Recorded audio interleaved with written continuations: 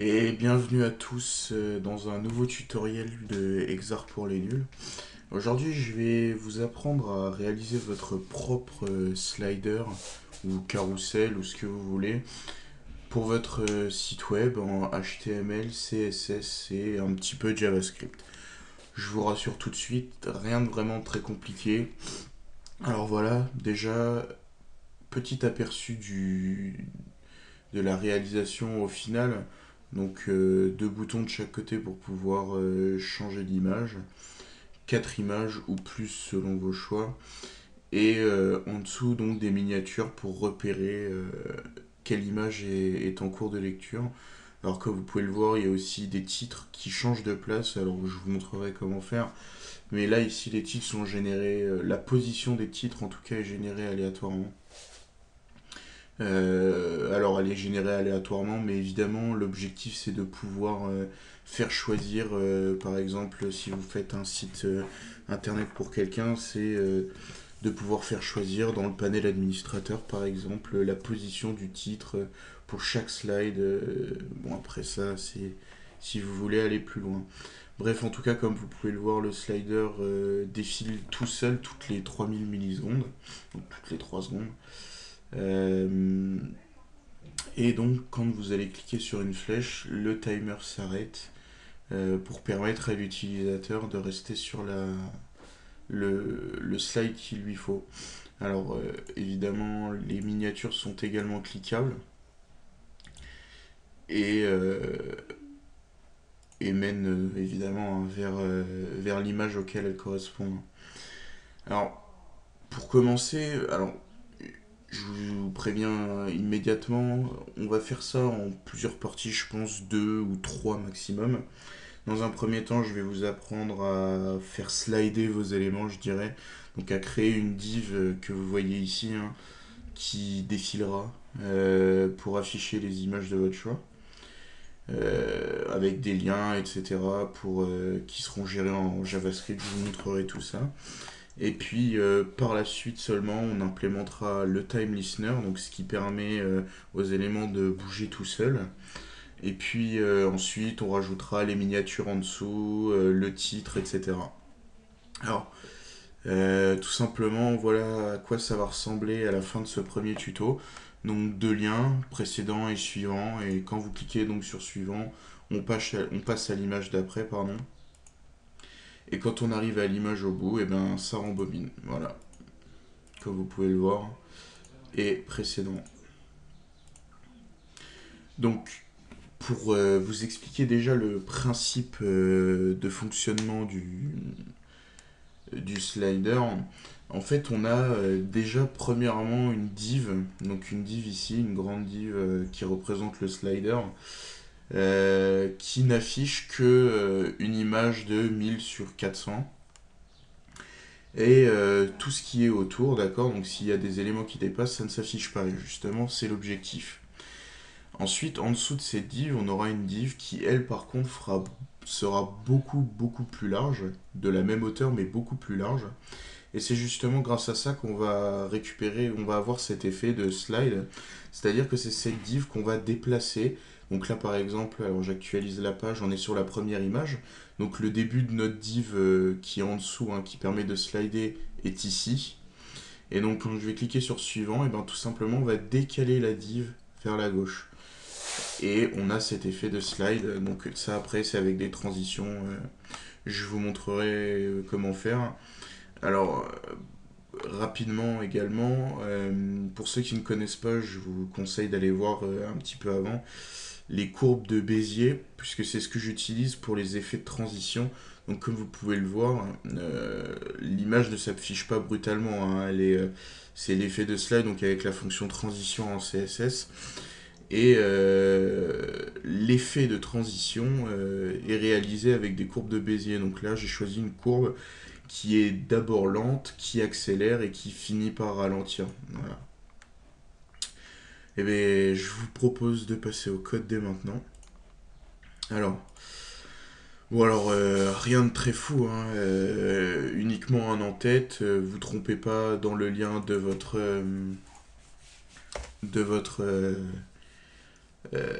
style, de votre fiche de style. Alors, je vous préviens aussi, désolé, le micro est pas de très bonne qualité, vous allez entendre un petit peu le clavier, etc. J'en suis désolé. Alors, pour commencer, on va créer notre div qui va servir de justement notre div qui englobe tout, qui permet de délimiter la vision du slider. Donc on va l'appeler slider, hein, ni plus ni moins. Et voilà. Ensuite, comme je vous l'ai dit, dans cette div, on a une plus grosse div qui va se déplacer de gauche à droite, etc. pour pouvoir afficher les éléments les uns après les autres. Donc, on crée une div. Alors ici, je l'appelle block div. Block slider, pardon. Hop. Et donc, c'est cette div, comme je vous l'ai dit, hein, qui sera beaucoup plus large et qui contiendra nos autres divs qui représenteront nos parties du slider, nos différentes images. Et puis donc ensuite on crée nos 4 divs. Alors ici on en crée 4. Pour commencer, faites-en 4 pour, je dirais, vous calquer sur ce qu'on est en train de faire. Bien évidemment, il est possible d'en mettre autant que vous voulez. Donc, une classe qu'on va appeler bloc image slide. Et puis on met à l'intérieur notre image, ou plutôt nos images.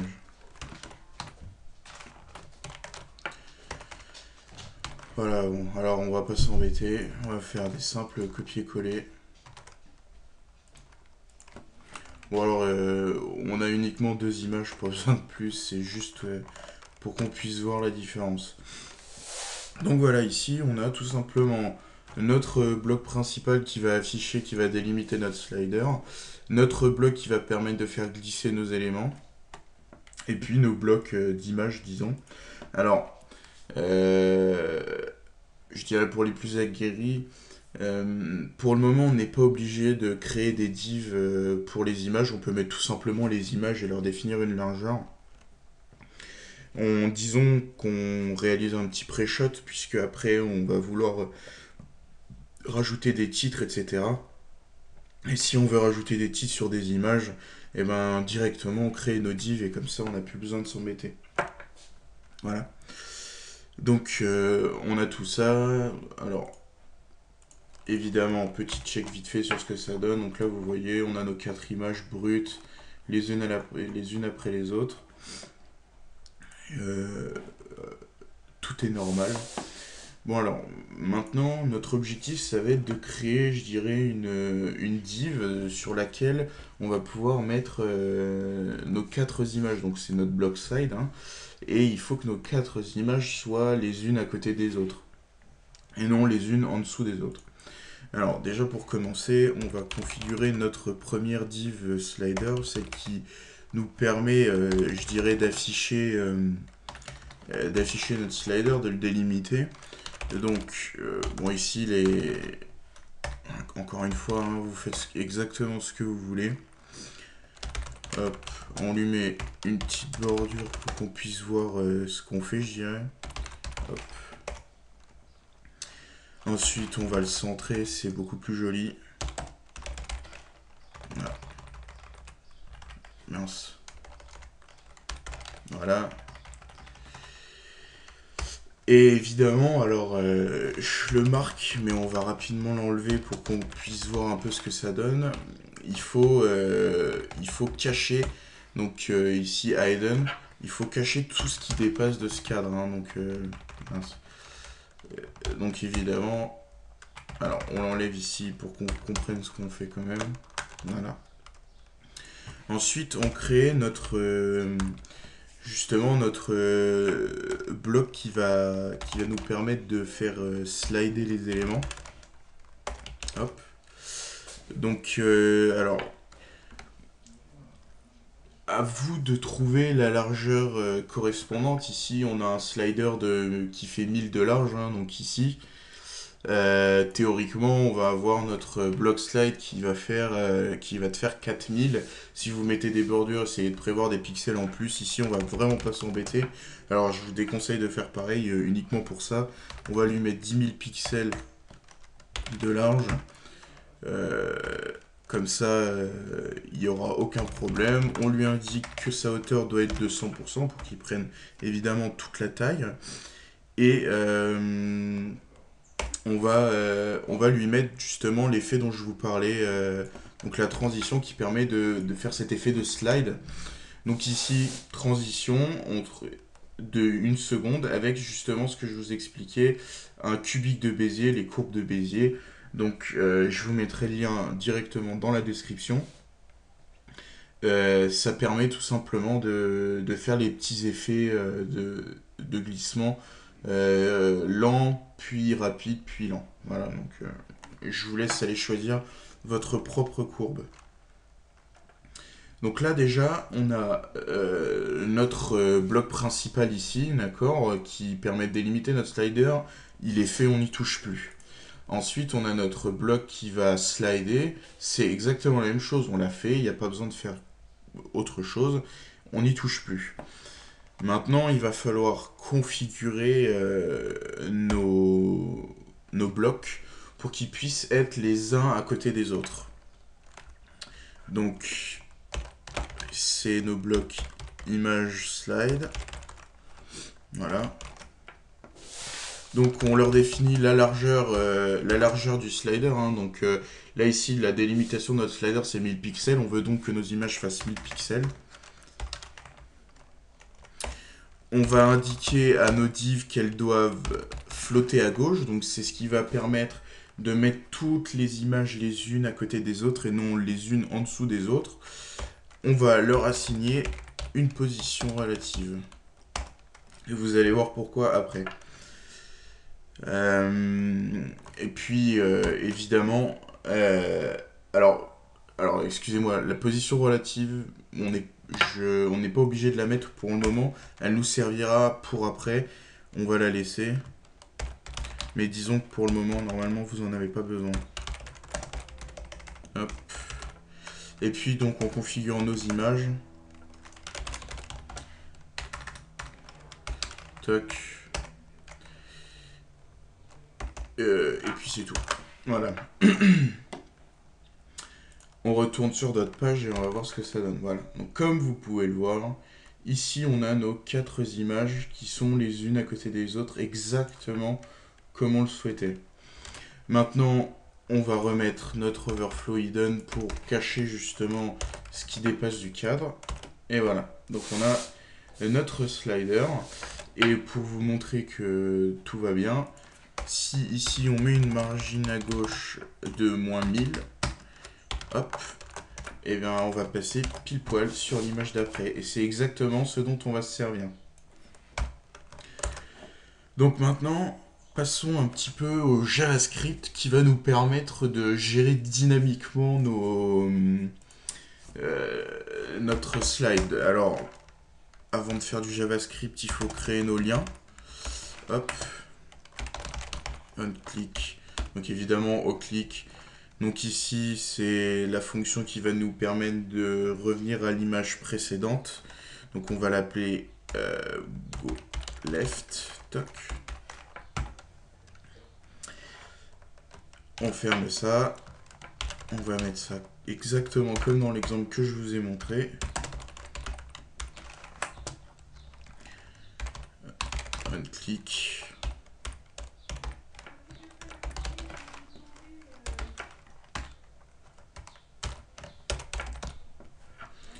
Et voilà, donc on a nos 4 liens qui nous permettront, donc rapidement, hein, pas nos 4 liens, pardon, nos 2 liens. Ces 2 liens, hein, c'est nos futures flèches qui seront sur le slide. Exactement comme ici, hein, les 2 flèches que vous voyez de chaque côté. Donc ça, c'est nos liens. Bon, je vous montrerai pas comment les placer. Je pense que vous pouvez vous débrouiller avec ça. Ou alors, vous pourrez le découvrir dans la partie suivante Voilà, donc on crée, hop, notre petit espace pour le code JavaScript.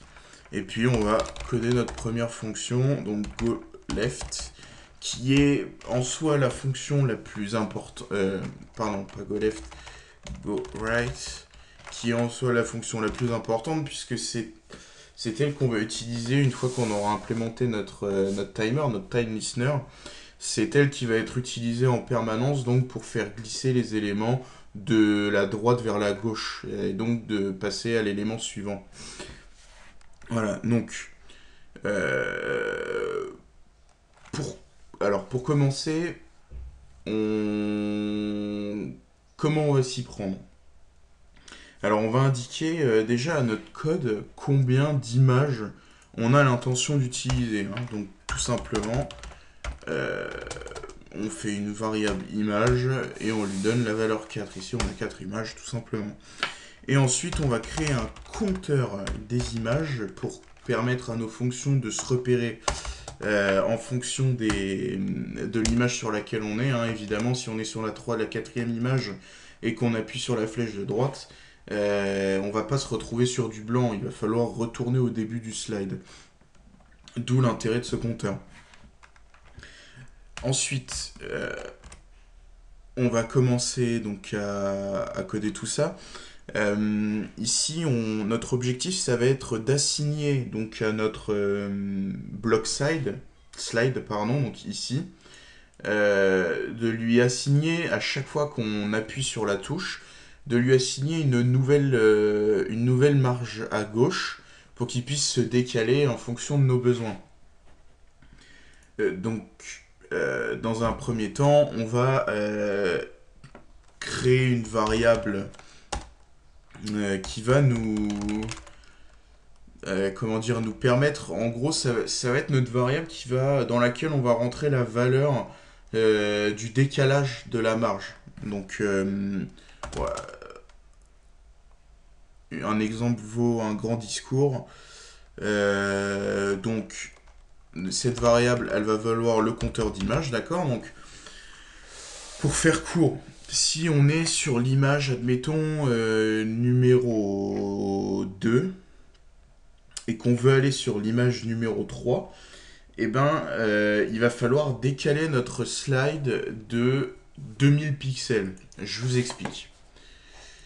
Ici, donc, l'origine est à gauche, d'accord? On est à 0 pixels. Si on veut afficher l'image suivante, on devra être à moins 1000 pixels, sachant que nous sommes sur la première image. Donc notre compte image, à ce niveau-là, vaut 1.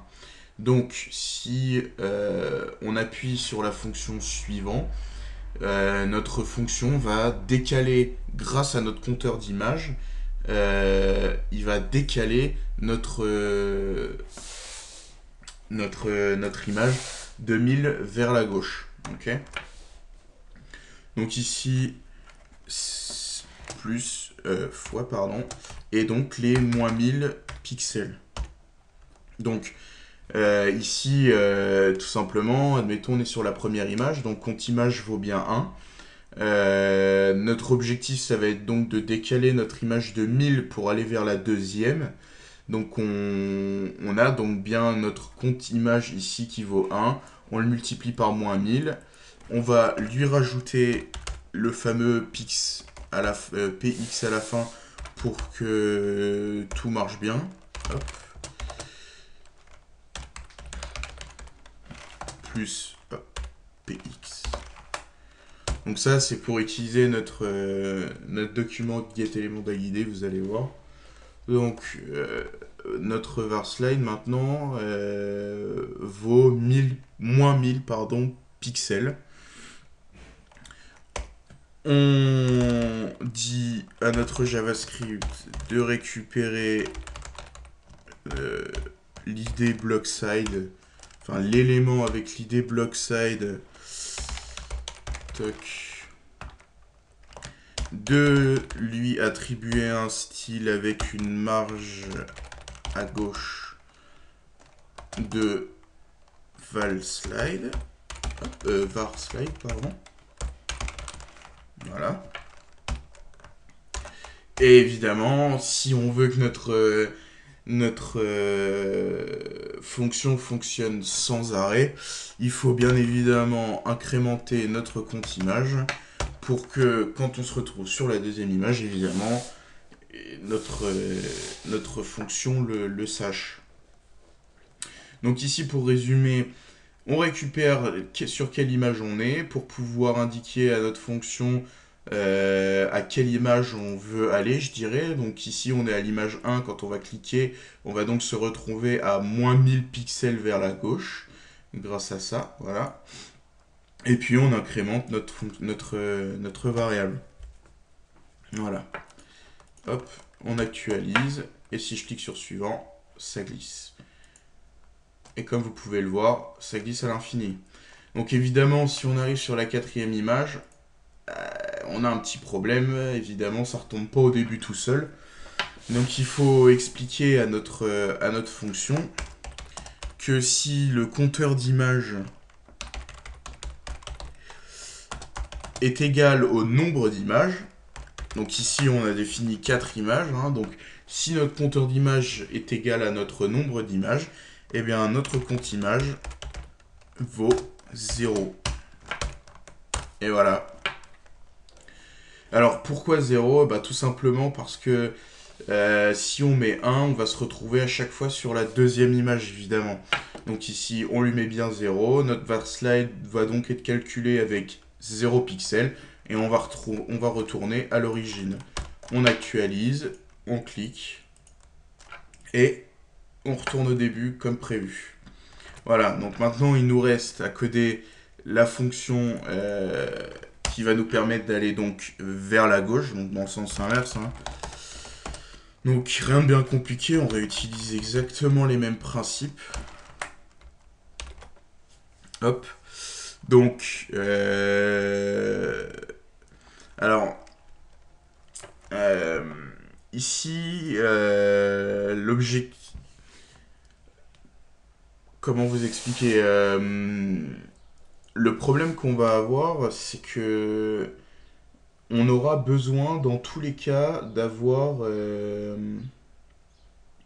un nombre de pixels différents. Comment vous expliquer ? Bah, je vais vous montrer et ensuite vous comprendrez très rapidement. Donc on va créer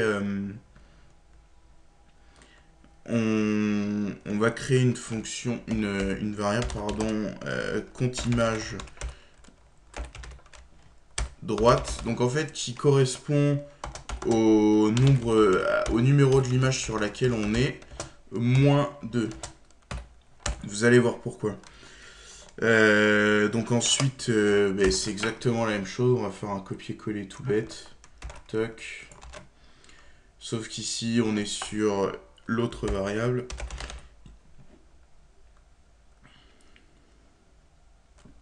Et donc, varSlide vaut bien... donc on rajoute toujours ce petit px à la fin. Exactement le même principe. Voilà.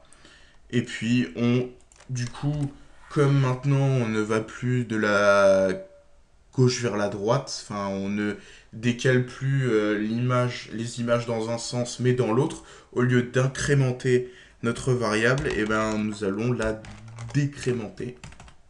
Bon, je sais pas si ça se dit vraiment, mais en tout cas, c'est comme ça qu'on va le dire aujourd'hui. Évidemment, exactement le même principe que tout à l'heure, hein. Si le compteur de l'image retourne à 0 et qu'on veut aller vers la gauche, si on lui indique pas, si on ne reset pas plutôt notre variable compte image, et ben ça va pas vraiment le faire. Du coup, hop. Donc si compte image il vaut 0 ou 1, puisqu'il peut valoir les deux valeurs en fonction de la fonction utilisée, vous allez voir pourquoi. Hop, compte image 1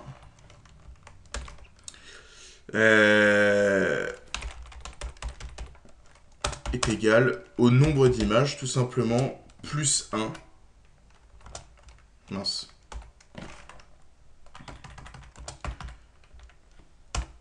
toujours dans un souci de pourquoi plus 1, parce que la variable a besoin d'avoir un de plus à chaque fois